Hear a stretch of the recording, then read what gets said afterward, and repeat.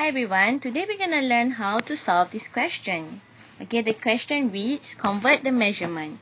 We have 1 kilometer is equals to 0.6 miles.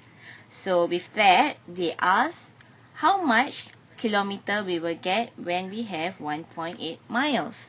Okay, in order to answer this question, I will introduce you to this method called the Zorrow method. Why is it called the Zorrow method? Because Zorrow starts with the letter Z. And in answering this question, you will see the letter Z forming. Alright? So you will see that we will start from the start point, which is the question itself. You're going to shoot to the other direction, where you're going to times the number, and then you're going to shoot to the other direction, where you're going to divide the number, and lastly, solve the question. So how do we do this? Okay, first step, okay, or rather first things first, I need to make sure the miles and kilometer are in line. So you have 0.6 miles is equals to 1 kilometer.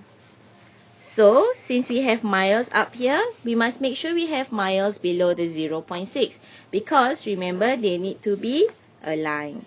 So I have miles at the bottom here, and there I have it. I want to find out how much kilometer I will get when I have 1.8 miles. So let's start. Okay, so we start with what is given, 1.8. We shoot on the opposite direction. So we are going to times this number. What do we have here? 1.8 times 1. So 1.8 times 1.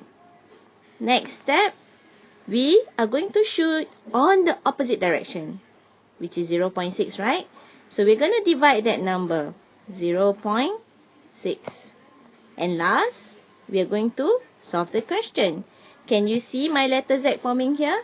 Shoot upwards, I times the number, and then I shoot in the opposite direction, and I'm going to divide that number, and lastly, I'm going to solve my question. Can you see it's the same letter Z that I was telling you about? Okay. So now to answer this question, 1.8 times 1 is 1.8 divided by 0.6. Now some of you may have a problem answering this question when you see the decimal point. But don't worry. Remember, in answering fraction question, whatever you do to the top number, you do to the bottom as well. So we are going to move the decimal place by times 10 on top and times 10 below. So when I times 10, okay, this decimal point will move by one spot, and I have 18 here. Okay, remember whenever we do something to the top, we need to do to the bottom as well. So when I times 10 to the bottom, I will get over 6. Okay, what is 18 over 6? 6, 12, 18. So we have 3. So there we have it, our final answer.